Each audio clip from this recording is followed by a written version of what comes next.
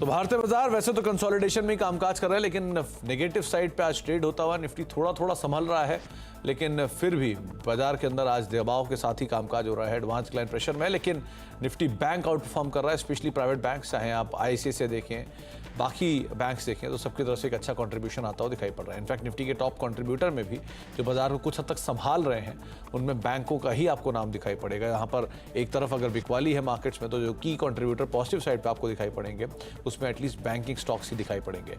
ICICI, HDFC, SBI, axis, चारों के चारों वो बैंक्स जो कि मार्केट में पार्टिसिपेट कर रहे हैं सपोर्ट में।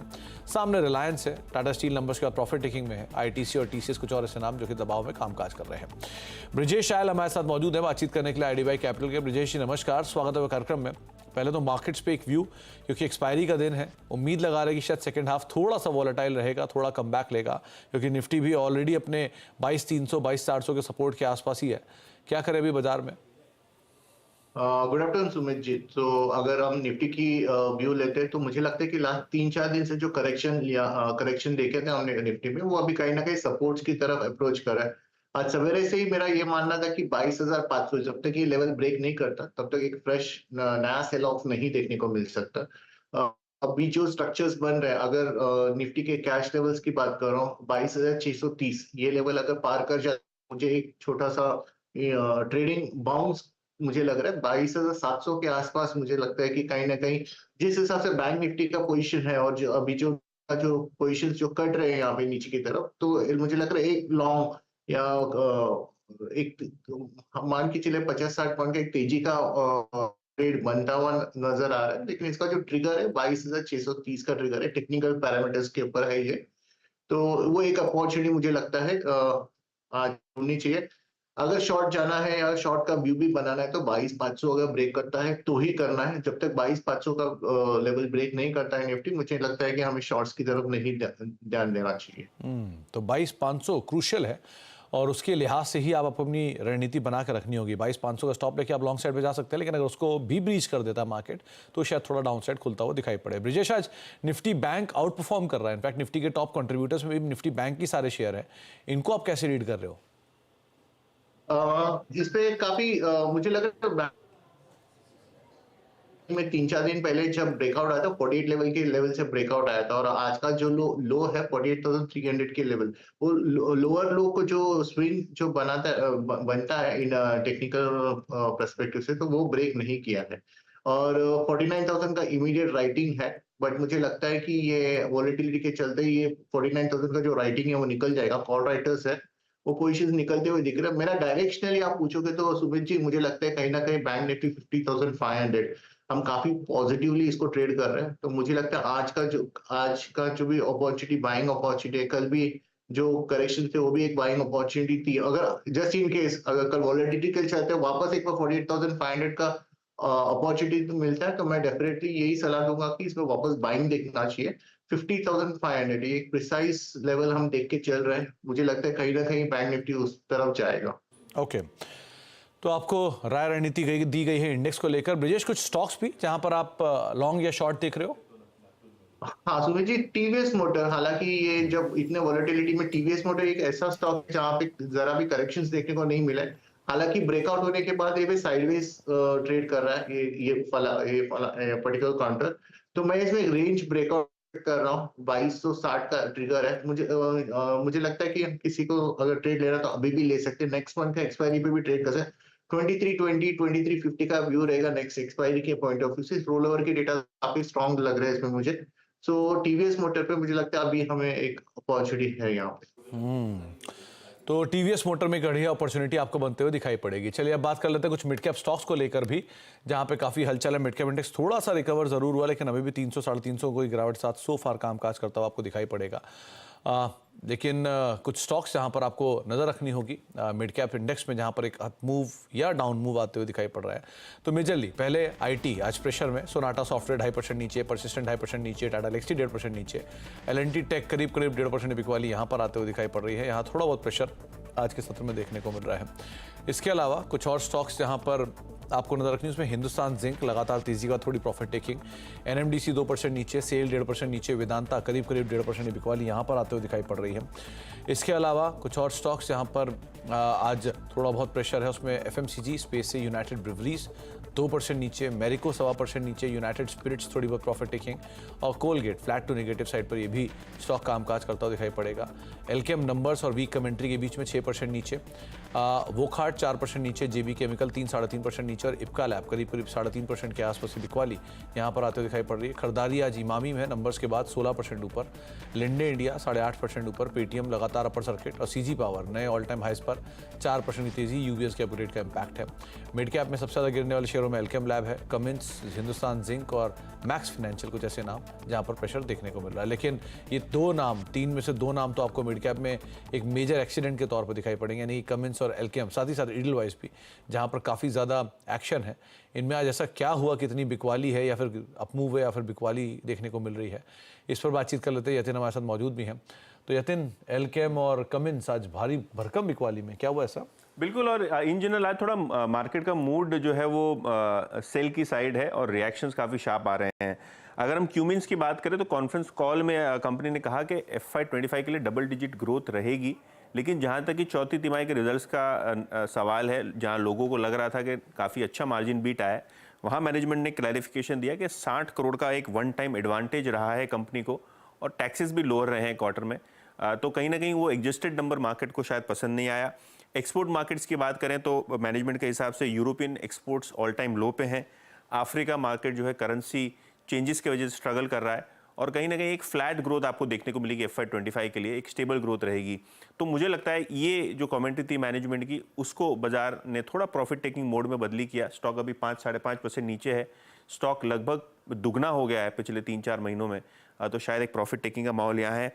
एलकेएम की बात करें तो Q4 के नतीजों में अगर आप देखेंगे तो इंडिया फॉर्मुलेशन नेगेटिव सरप्राइज दिया है, यहाँ 2%-3% की नेगेटिव ग्रोथ आई है। जहाँ तक कि यूएस जेनरिक का सवाल है, केवल 5% ग्रोथ की बातें कर रही थी मैनेजमेंट कॉन्फ्रेंस कॉल पे। और अगर हम M&A की बात करें तो मैनेजमेंट को लगता है कि M&A आगे जाके एक मुख्य हिस्सा रहेगा स्ट्रैटेजी का। तो कमेंट्री के बाद और रिजल्ट्स के बाद शेयर में आपने 5-5.5% का दबाव देखा है। एडलवाइज की बात करें तो ये NBFC है जहां RBI की गाज गिरी है और हमने एक्शन कंटिन्यूसली देखा है इस सेक्टर में। RBI ने ECL फाइनेंस को किसी भी प्रकार के स्ट्रक्चर प्रोडक्ट्स में डील करने पर रोक लगा दी है। ARC जो कारोबार है, जो एडलवाइज ARC करता है, यहाँ भी किसी प्रकार का एक्विजिशन या ARC धंधा करने के लिए जो है RBI की रोक लग गई है। और RBI को लगता है कि काफ़ी सारे स्ट्रेस लोन में एवरग्रीनिंग करी गई थी। ग्रुप ने जो रेगुलेशन है उसको सर्कमवेंट करने की कोशिश की है, despite the fact that RBI ने सुधार करने के लिए कहा। तो सुधार करने की बदली लॉ को कैसे तोड़ मड़ोड़ के वापस कंप्लायंस में लाया जाए, उस तरह की कोशिश RBI की प्रेस रिलीज में देखने को मिल रही थी। और इस RBI एक्शन के बाद स्टॉक में आप 10% का डाउनटिक आज के सत्र में देख रहे हैं। 3 नाम और तीनों के तीनों आज के बड़े एक्सीडेंट्स कह सकते हैं आप, जहां पर ईडलवाइज करीब 11% नीचे अभी कामकाज करता हुआ दिखाई पड़ रहा है। एलकेएम मिड कैप का टॉप लूजर है और साथ साथ कमिंस एक बढ़िया नंबर्स है, लेकिन कमेंट्री या कुछ हद तक प्रॉफिट टेकिंग कह लीजिए जहां पर देखने को मिल रही है। तो कमिंस 6% नीचे, एलकेएम 6% नीचे और ईडलवाइज करीब 8 रुपये यानी कि 11% की बिकवाली यहाँ पर देखने को मिल रही है। बहुत बहुत शुक्रिया यतिन, ये तमाम डिटेल हमारे साथ शेयर करने के लिए। लेकिन जिस तरह की बिकवाली है या जिस तरह की गर्मी बाजार में है, उसी तरह की गर्मी आज एक और इस गर्मी के बीच में एक राहत की खबर भी आई है। वो है भीषण गर्मी के बीच में मॉनसून ने केरल में दस्तक दे दी है और केरल में अब झमाझम बारिश भी हो रही है। मुंबई और दिल्ली में कब मिलेगी ये राहत, इस पर बातचीत कर लेते हैं मौसम वैज्ञानिक नरेश कुमार जी से, और ये बातचीत की है असीम ने, आपको सुनवाते हैं। मॉनसून ने केरल में दस्तक दे दी है। बात करने के लिए हमारे साथ मौसम विभाग के साइंटिस्ट डॉक्टर नरेश कुमार है। सर, ऑनसेट हो गया है मॉनसून का, कह सकते हैं? जी। अगर आप देखेंगे, आप देखिए बड़ा सा क्लाउड पैच आपको दिख रहा है अरेबियन सी में, और इसके साथ ही हमारी जितनी भी मानसून की कंडीशंस होती हैं, मेजरली क्या हो रहा है कि जहां वाइड स्प्रेड रेनफॉल हो रहा है, वाइड स्प्रेड मीन 75% से ज्यादा स्टेशंस कंटिन्यूस रेनफॉल दे रहे हैं। वेरी हैवी तक रेनफॉल हो रहा है, 12 सेंटीमीटर से ज्यादा रेनफॉल हो रहा है। परसों भी 20 सेंटीमीटर तक रेनफॉल हुआ, अभी 15 सेंटीमीटर तक रेनफॉल चल रहा है, और जो वेस्टर्ली की स्ट्रेंथ है वो भी स्ट्रॉन्ग है। तो ये सारी कंडीशन सेटिस्फाई होने के कारण हमने आज केरला में ऑनसेट किया है। इसके अलावा सिमल्टेनियसली अगर आप देखेंगे, नॉर्थ ईस्टर्न स्टेट्स में बड़ा क्लाउड पैच है। जो हवाएं हैं वो बे ऑफ बंगाल से जा रही हैं।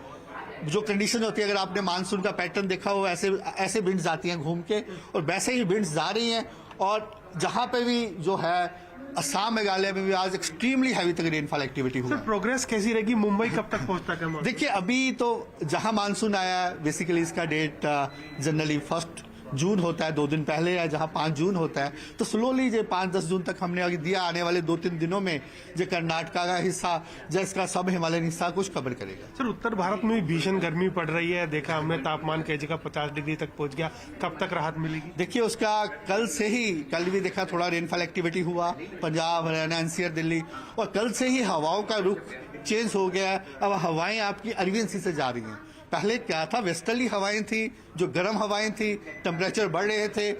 अब क्या है कि हवाएं अरबियन सी से जा रही हैं, इसके साथ ही एक वेस्टर्न डिस्टर्बेंस है। आप देखिए जम्मू कश्मीर, हिमाचल, उत्तराखंड पूरा क्लाउड से भरा हुआ है। इससे पहले दोनों जगह, सारी जगह पे हीट वेव भी आ रहा था। अब हमारा अनुमान है जहां भी हीट वेव खत्म हो जाएगा और इसके साथ पंजाब, हरियाणा, एनसीआर, दिल्ली, राजस्थान, जहां भी हीट वेव का इंटेंसिटी कम हो जाएगा। तो एक अच्छी खबर, मानसून में पहुंच गया है अब केरल, और स्लोली एंड स्टेडली जो बाकी राज्य हैं वहां पर बढ़ेगा आगे, और अब तक ऑनसेट काफ़ी बेहतर है, समय से पहले ऑनसेट है, तो उम्मीद करते हैं अच्छी बारिश होगी, इकोनॉमी के लिहाज से भी और गर्मी के लिहाज से भी काफ़ी ज़रूरत है इसकी। एक ब्रेक का वक्त है, ब्रेक के बाद लौटते हैं और कुछ और शेयरों पर भी बातचीत करते हैं। आप देख रहे हैं मिड कैप मंत्रा, लेकिन एक और अहम खबर आपसे जुड़ी हुई, जहां पर हेल्थ इंश्योरेंस कराने वाले लोगों के लिए एक अच्छी खबर है। अब इंश्योरेंस कंपनियों को कैशलेस क्लेम की मंजूरी 1 घंटे के अंदर देनी जरूरी होगी। सिर्फ इतना ही नहीं, हॉस्पिटल से डिस्चार्ज होने के 3 घंटे के अंदर अंतिम अप्रूवल भी देना होगा। इंश्योरेंस रेगुलेटर IRDAI ने यह सर्कुलर जारी किया और इंश्योरेंस कंपनियों को ये निर्देश भी दिए हैं। इस पर बातचीत करने के लिए आलोक हमारे साथ मौजूद है। तो आलोक, एक अहम खबर है आम आदमी से जुड़ी हुई, क्या डिटेल है आपके पास? बिल्कुल, देखिए जो लोग भी हेल्थ इंश्योरेंस या मेडिक्लेम से हॉस्पिटल में इलाज कराते हैं उनके लिए बहुत बड़ी खबर है। और खासतौर से जब आप हॉस्पिटल जाते हैं, वहां पर मेडिकल क्लेम के लिए आप अप्रूवल लेने जाते हैं तो घंटों इंतजार करना पड़ता है। तो IRDAI ने साफ कर दिया है कि 1 घंटे के अंदर इंश्योरेंस कंपनी को डिसाइड करना पड़ेगा कि वो इसका अप्रूवल देते हैं या नहीं देते हैं, यानी 1 घंटे के अंदर आपको तय करना पड़ेगा। दूसरा, जब हॉस्पिटल से डिस्चार्ज होते हैं उस समय भी बहुत लंबा वक्त लगता है डिस्चार्ज होने में और कागजी कार्रवाई करने में, तो वहां पर भी 3 घंटे के अंदर इंश्योरेंस कंपनियों को यह तय कर अपना सारा प्रोसेस पूरा करना होगा। इसके अलावा यह भी कहा गया है कि जिस तरह से मोटर इंश्योरेंस में अगर आपने पिछले साल कोई क्लेम नहीं लिया तो उसका बोनस मिलता है या फायदा मिलता है, उसी तरह से हेल्थ इंश्योरेंस में इसका फायदा मिलना चाहिए। या तो आपकी प्रीमियम में कमी आनी चाहिए या फिर साथ ही साथ जो सम इंश्योर्ड है उसमें बढ़ोतरी होनी चाहिए। तो कुल मिलाकर जो नो क्लेम का है उसका आपको फायदा या डिस्काउंट इंश्योरेंस कंपनियों को देना पड़ेगा। इसके अलावा जो अगर किसी मरीज की इलाज कराते वक्त हॉस्पिटल में मौत हो जाती है तो ऐसी सूरत में परिवारजनों को तत्काल आपको इमीडिएटली डेड बॉडी को सौंपना पड़ेगा। ये कह के आप नहीं रोक सकते क्योंकि इसकी पॉलिसी क्लियर नहीं हुई है या कोई और बहाना नहीं बना सकते। तो ये तमाम रिलीफ IRDAI जो इंश्योरेंस रेगुलेटर है उसकी तरफ से ये निर्देश जारी किए गए हैं इंश्योरेंस कंपनियों को, और 31 जुलाई 2024 तक अपने सिस्टम में बदलाव करके ये सभी इंप्लीमेंटेशन को लागू करने की मोहलत दी गई है इंश्योरेंस कंपनियों की तरफ से। तो ये तमाम इंफॉर्मेशन जो है खासतौर से ग्राहकों के हितों को देखते हुए और 100% कैशलेस को मंजूरी देने के लिए ये कदम उठाए गए हैं। चलिए, बहुत बहुत शुक्रिया आलोक, ये अपडेट हम तक पहुंचाने के लिए। इंपॉर्टेंट खबर है और आगे भी आपसे इस पर बातचीत करते रहेंगे, लेकिन अभी के लिए बहुत बहुत शुक्रिया हमारे साथ मौजूद रहने के लिए। ब्रेक का वक्त है, लेकिन जाने से पहले खिलाड़ियों का अपडेट भी देख लीजिए किस तरह की सिचुएशन है। इस हफ्ते जो मुकाबला है उसमें यस सिक्योरिटीज़ के लक्ष्मीकांत शुक्ला, इक्विनॉक्स के पंकज रांडेड और कोटक के अमोल अठावले मौजूद हैं। पंकज की तरफ से कॉल थी इंडस टावर पे जो वो एग्जिट कर गए हैं 345 के आसपास, 375 में उन्होंने टारगेट्स दिए थे। इसके अलावा आप अमोल की तरफ से ABB पे कॉल आई है, बाय कॉल 8700 के टारगेट्स के लिए 8100 का एक स्टॉप लॉस यहाँ पर आप मेंटेन कर सकते हैं।